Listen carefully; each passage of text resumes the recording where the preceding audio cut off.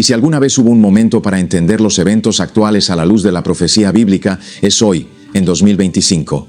Realmente, 2025 no es un año cualquiera. No creo que nadie que realmente entienda lo que está sucediendo en todo el mundo hoy en día dude de que están ocurriendo muchas cosas proféticamente.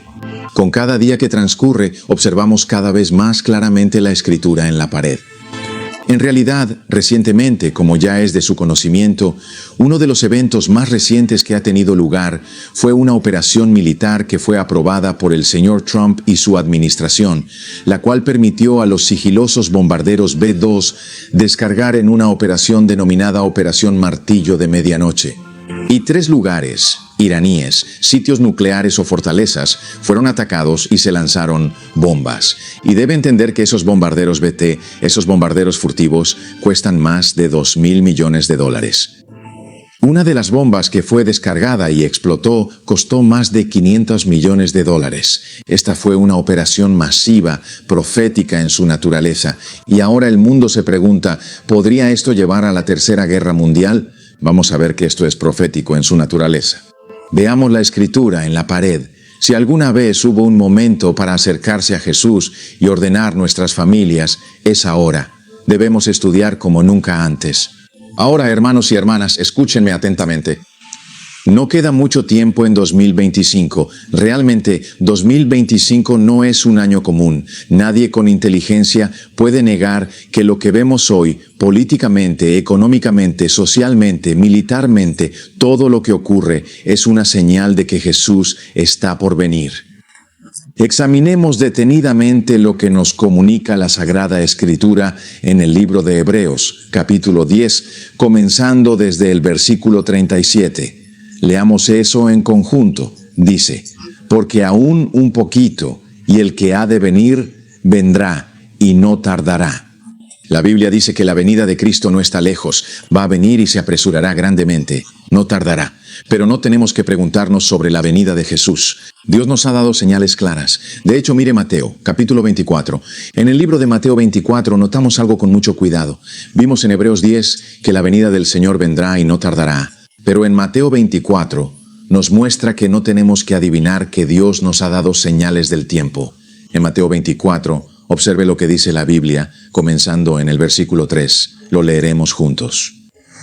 La Sagrada Escritura nos relata que, mientras él se hallaba cómodamente sentado en el Monte de los Olivos, los discípulos se le acercaron de manera privada y le preguntaron, por favor, dinos, ¿cuándo sucederán estas cosas? ¿Y cuál será la señal de tu venida y del fin del mundo? Está discutiendo sobre eventos que ocurrirán en el futuro, y Jesús les proporcionó señales para que pudieran comprender en qué punto se encontraban en relación con la llegada de Cristo y el fin del mundo. Sin embargo, ahora, mis queridos hermanos y hermanas, ustedes y yo nunca comprenderemos los eventos presentes o futuros a menos que entendamos que todos estos eventos futuros, mis queridos hermanos y hermanas, son como un rompecabezas. Verá, hoy vemos diferentes piezas. El bombardeo que tuvo lugar en Irán fue una pieza. Cuando hablamos del proyecto 2025, eso es solo otra pieza del rompecabezas. Cuando hablamos de los aranceles y las políticas de inmigración y las condiciones económicas y la próxima guerra civil y la ley dominical nacional y el Papa León y su nombre y todo esto, todas estas son solo piezas del rompecabezas.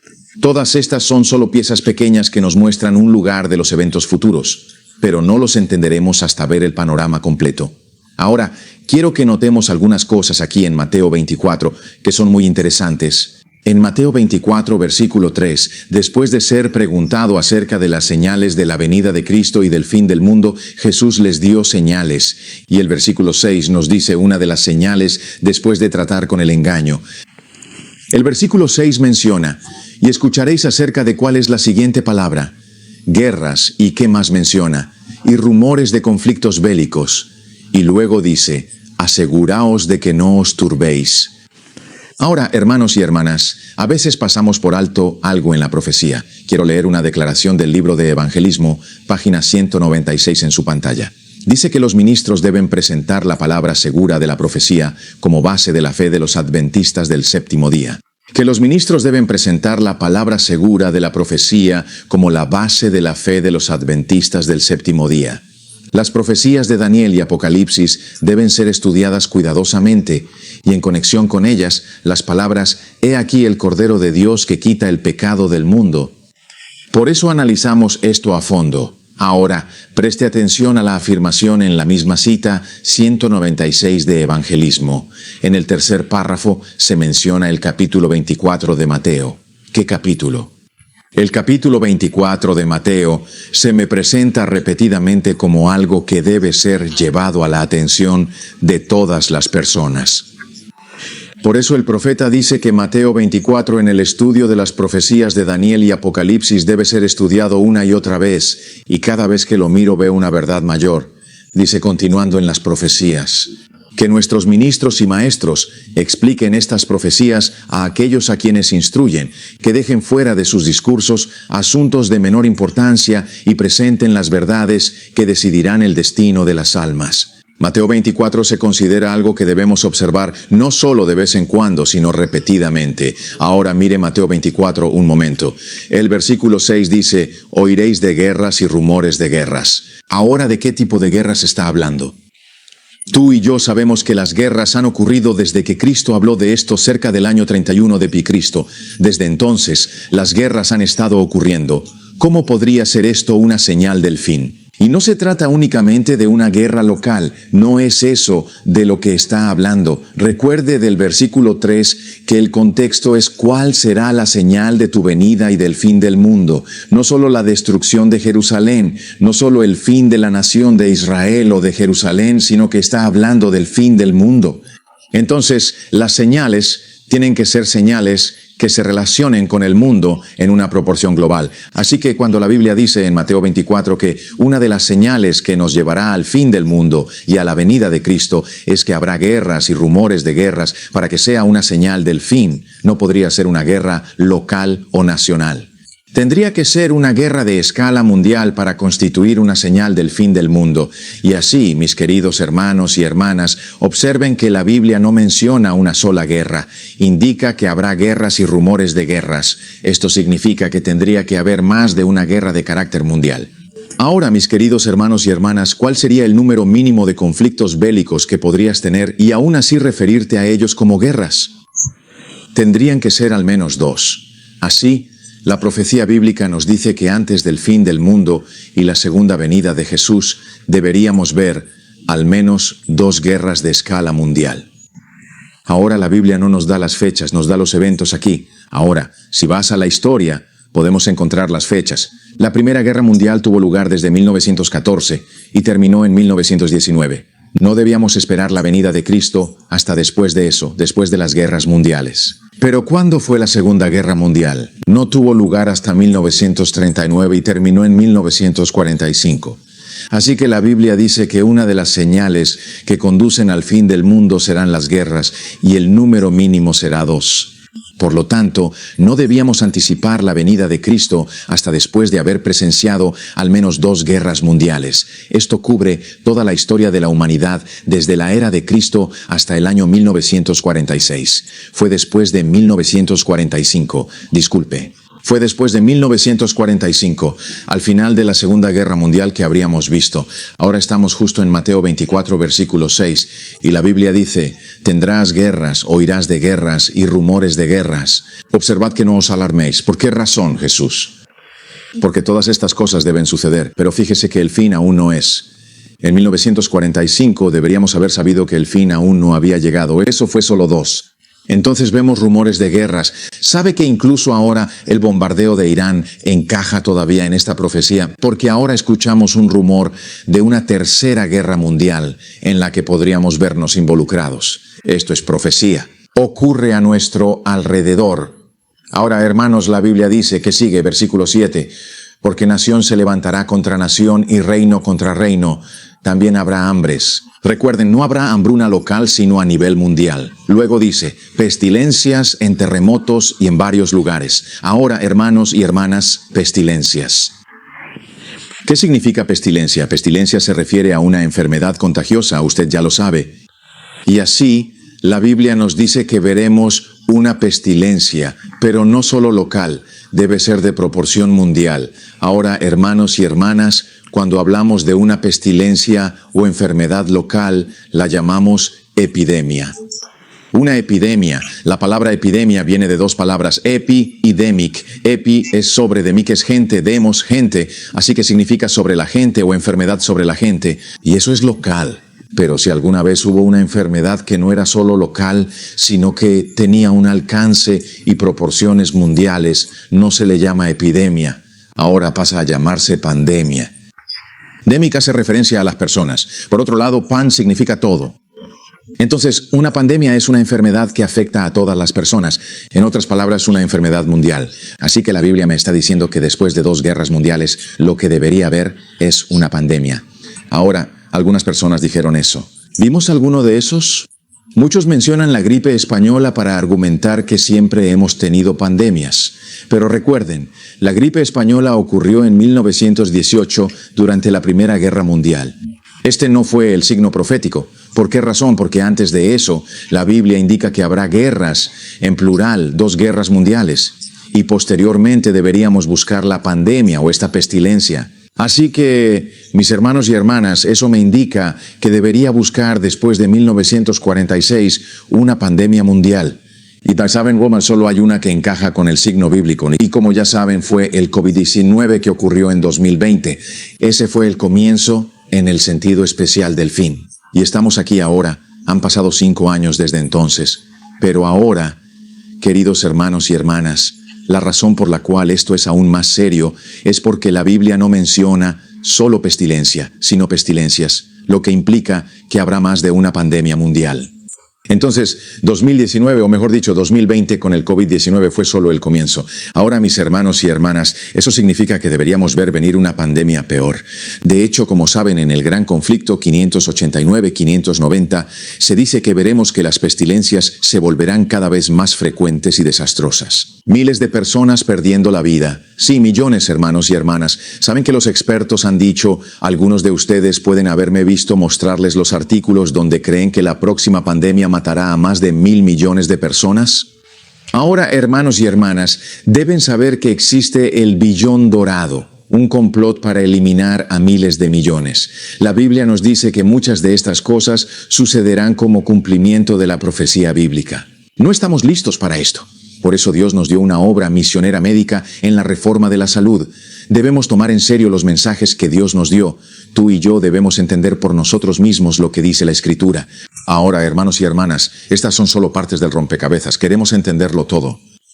Y en este momento, adivinen qué, otra cepa del virus se está preparando para apoderarse del mundo. Muchos están comenzando a ver una cepa que ahora nos ha afectado, que ha surgido de diferentes países nuevamente. Y se preguntan, ¿qué podría ser? Quizás este no sea el correcto. Comprender la Biblia y los eventos futuros es como un rompecabezas, como el que ves en pantalla. Ahora, ¿qué haces para armarlo? Recuerden, primero se sacan todas las piezas y ahora estamos sacando algunas de esas piezas, mis hermanos y hermanas. Pero una vez que sacan las piezas, hay 3 cosas que deben entenderse. ¿Recuerdas lo primero que verás en tu pantalla? Número 1, lo primero que debemos ver es la imagen. ¿Has visto alguna vez a personas armar rompecabezas? Y para entender lo que estás armando, tienes que ver la imagen o de lo contrario te perderás. Miras la imagen y sabes qué buscar en el rompecabezas. Eso es lo primero, ver la imagen. Número 2, una vez que ves la imagen y tomas las piezas para ensamblarlas, ¿qué haces después? Quienes arman rompecabezas saben que lo siguiente no es intentar armar el interior, nunca lo lograrás así. Sin embargo, empiezas a unir los bordes, las orillas, y al unir esos bordes y orillas, estableces los límites necesarios. Posteriormente, comienzas a conectar esas piezas.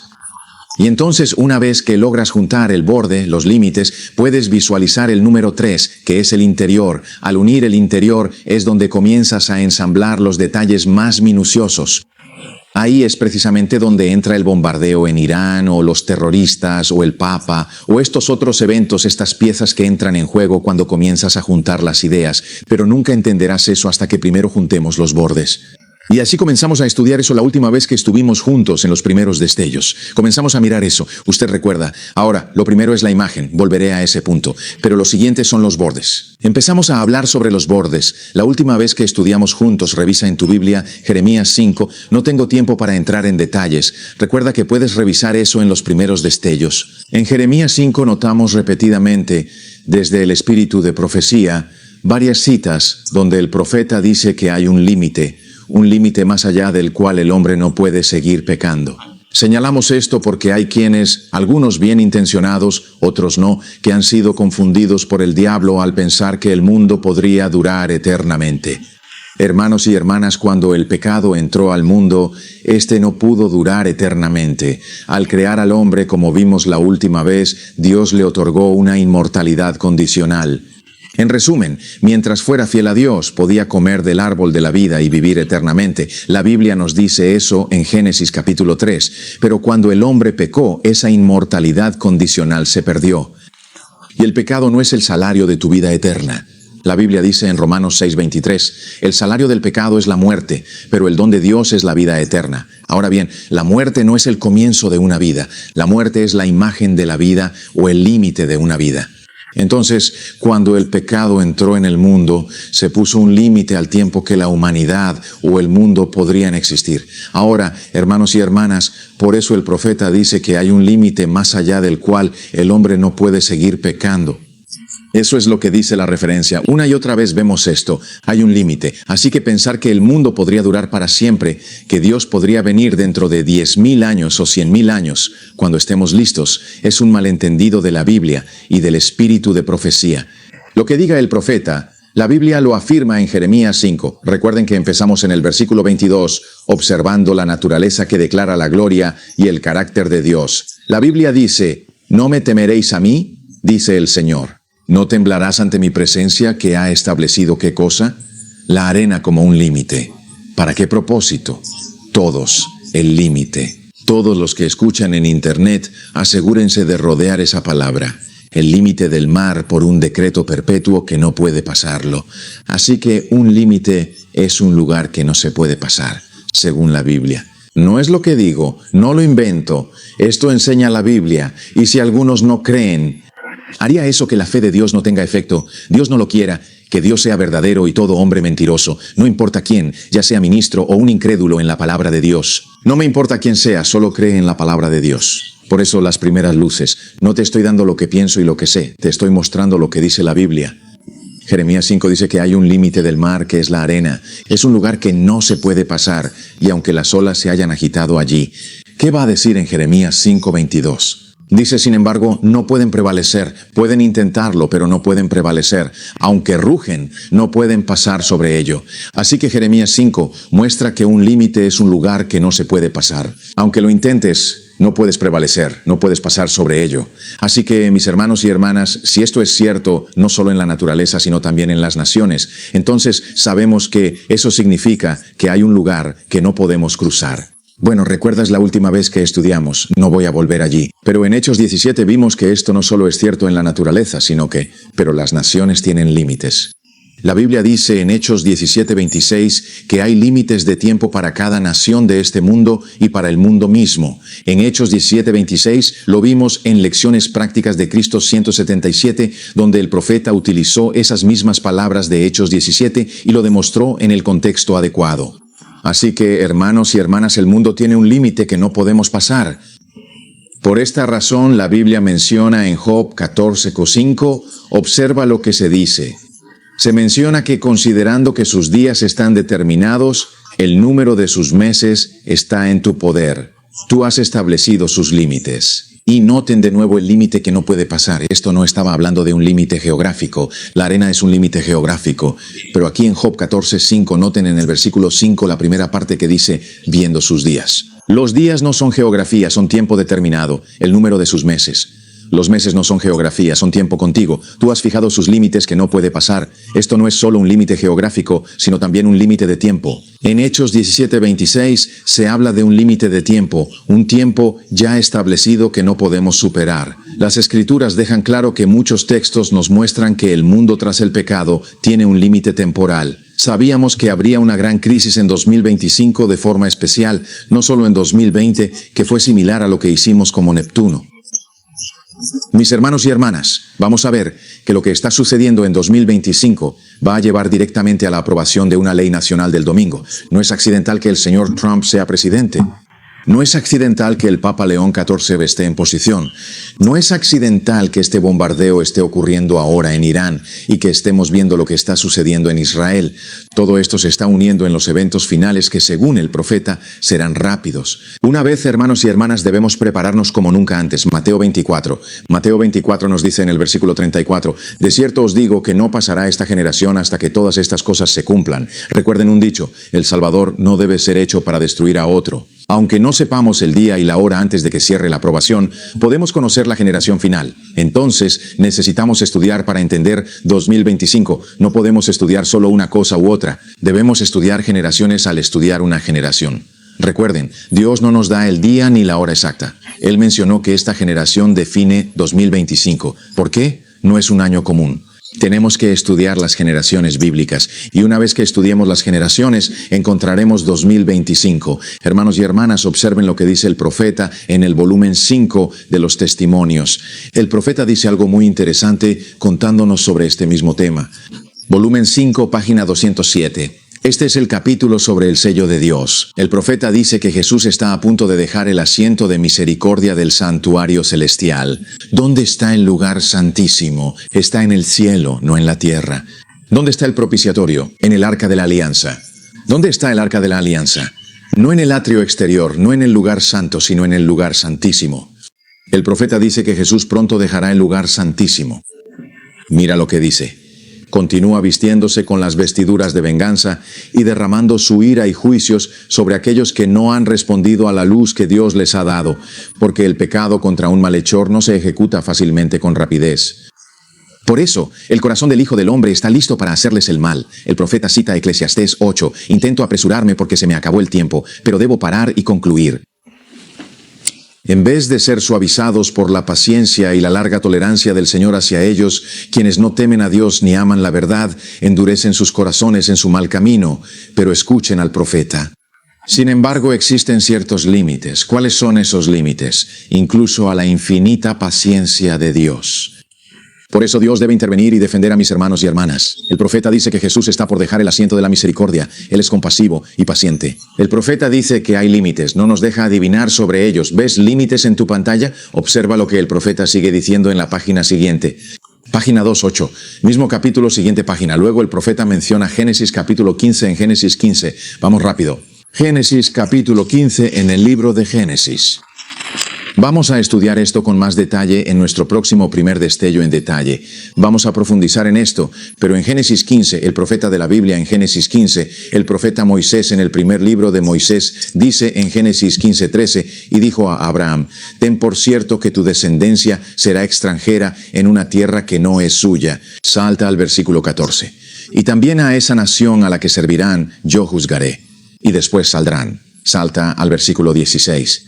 Pero en la ¿qué dice todo el mundo en la ¿qué? Cuarta generación. Encierra en un círculo y subraya eso. Ahora mira la pantalla, el volumen 5, 2, 8 cita Génesis 15:16. Habla de los amorreos. El Señor dijo, en la cuarta generación regresarán aquí, porque la iniquidad del amorreo aún no está completa. Luego el profeta se mueve desde este punto de Génesis 15 y ahora está tratando lo que hemos estado hablando. Jesús dejando el lugar santísimo. Dice que aunque esta nación era conspicua por su idolatría y corrupción, aún no había llenado la copa de la iniquidad. En resumen, el periodo de prueba aún no había llegado a su fin. ¿Cuándo será? Mira la última parte de ese párrafo. Afirma que el Creador, lleno de infinita misericordia, estaba dispuesto a soportar su iniquidad hasta que se alcanzara la cuarta generación. Miren cómo el profeta traza un paralelo entre lo que ocurrió en Génesis 15 y lo que pasa cuando Jesús deja el lugar santísimo del santuario celestial. Ahora, hermanos y hermanas, se decía que ese Salvador compasivo esperaba hasta el límite que era la cuarta generación. Ahora, hermanos y hermanas, verán que tiene sentido al estudiar esto. Solo introduzco el tema, dejo caer esta pieza del rompecabezas, pero la próxima vez lo analizaremos más a fondo. Piénsalo, en el lugar santísimo hay solo una cosa, que es el arca del pacto. En esa arca del pacto hay solo una cosa, la ley de los 10 mandamientos. Esto se ve en Éxodo 25 y en otros lugares desde Génesis hasta Apocalipsis. Ahora, hermanos y hermanas, en Éxodo 25, vayan al versículo 20 al 22. Habla de cómo bajo el arca están los querubines, y debajo de eso el propiciatorio, y debajo de eso la ley de Dios. Habla de todo esto.